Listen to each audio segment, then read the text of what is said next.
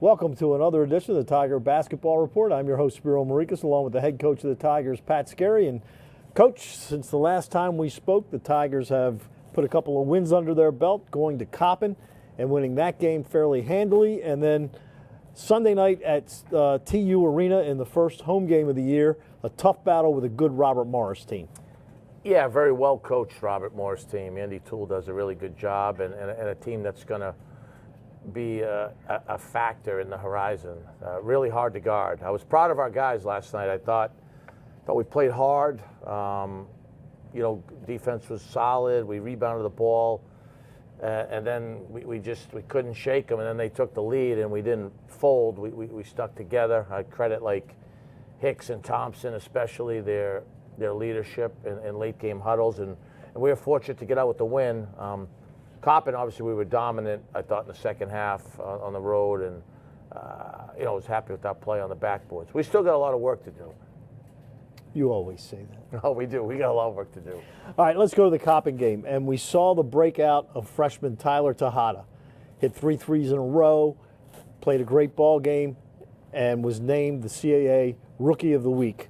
Hopefully the first of many for Tyler, but talk about his progression in these first 3 ball games. Yeah, he's growing quickly. I mean, he is, he lives basketball. He really does. He works like that. His mom, Jennifer, has done a really good job with him. He's a humble kid. He's a good teammate, and he wants to be really good. We need him to be really good now. So the next step is, quicker release, better ball security, and continue to grow defensively. But we're going to play him a lot, and we're going to go to him. But he showed that even we went away this summer. He scored the ball at a high level for us, and he keeps getting better. And he's a great kid.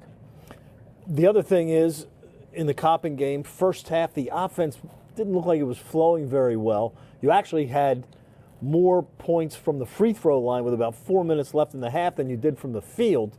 But then in the second half, the offense played better, and I thought it played better against Robert Morris. Yeah, it did. Our numbers were better against Robert Morris. I think right now we're still we can be so much better taking care of the ball. So we've got to do a better job with that.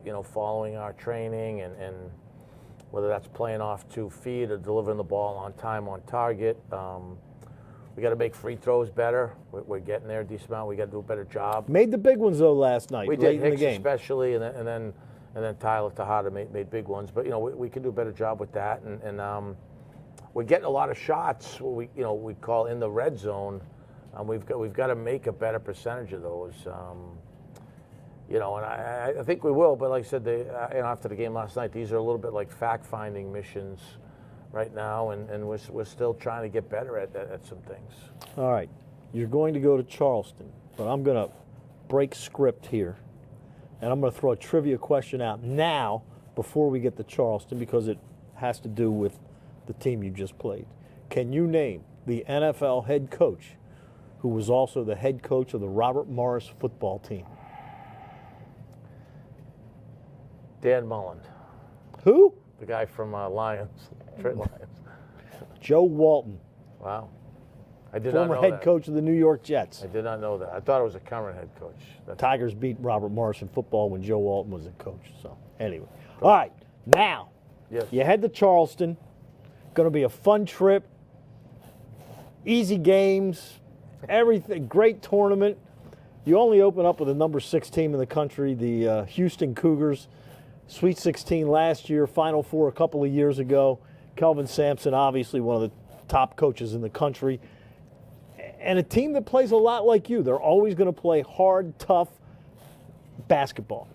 Well, I think Kelvin Sampson's a top 3 coach in the country. They're a terrific team. This is a great opportunity for us.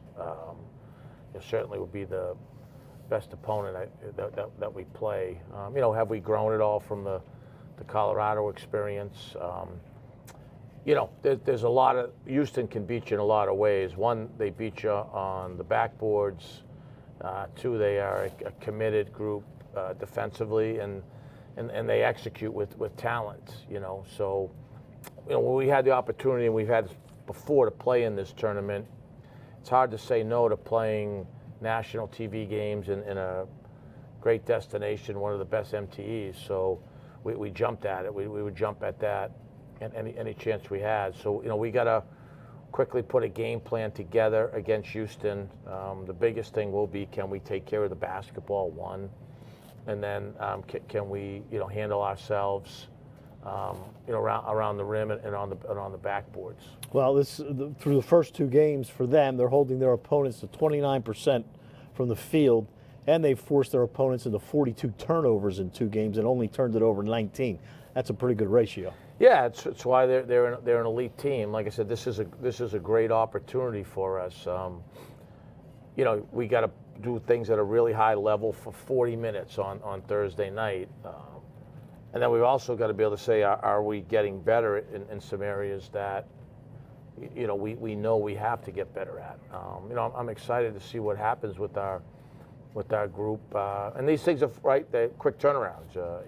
Thursday, then you play Friday, you get a day off, then you play again Sunday. So we got a lot of basketball ahead of us. I know the guys will be excited to go down there, but we got to execute at a high level. You don't know who you'll play on Friday. It's going to be either Utah or Wake Forest. When you're in a tournament situation like this, how do you prepare on such a short turnaround? Because your Houston game is at 6:30, so you could be playing less than 12 hours later or less than 24 hours later.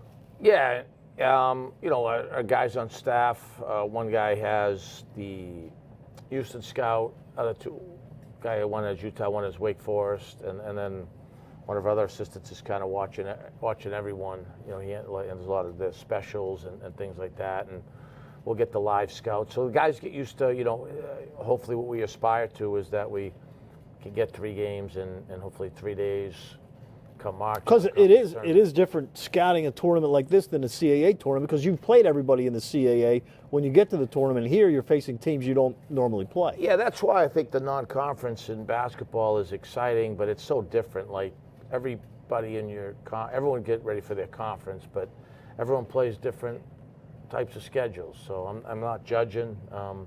I know the quality of the schedules we play and try to play, and usually try to do that with predominantly Division I teams, and also try to keep some local games on the schedule. But like I said, to play, premier basketball programs on national TV, on neutral courts, we can't say no to those. It showcases our university, and so we're excited that we get to do that. Sunday night, you were able to honor Charles Thompson, became the 30th player to score 1,000 points, and through 3 games, Charles is doing Charles things. He's grabbing the rebounds and playing good defense. Yeah, it's great to honor Charles. I mean, no one's more deserving to have his dad out there, Tony the Tiger Thompson. I mean, fought for the heavyweight boxing title. I mean, like, you see why Charles got great genes. For Charlie, it starts with his mom, Sydney. He's got great parents, He's incredibly easy to coach because of his parents and just what he brings on a daily basis, and we're all thankful to have him as part of our program. He sets the tone. He's got to take on more and more responsibility for us as we move forward. All right, so the Tigers will take on Houston, first time ever meeting between the two schools. That happens Thursday night at 6:30. I'll have the call for you on TowsonTigers.com starting at 6:15. Then TBA on Friday, either Utah or Wake Forest, and then time to be announced on Sunday, and absolutely no idea who the Tigers would play on Sunday. Maybe Rick Pitino. St. John's is there. You could knock out Sampson and Pitino in the same trip. As long as I'm not knocking out Maricas, we're all right. Yeah. So that'll do it for another edition of the Tiger Men's Basketball Report. For the head coach of the Tigers, Pat Scarry, I'm Spiro Maricas. Thanks for tuning in, and go Tigers.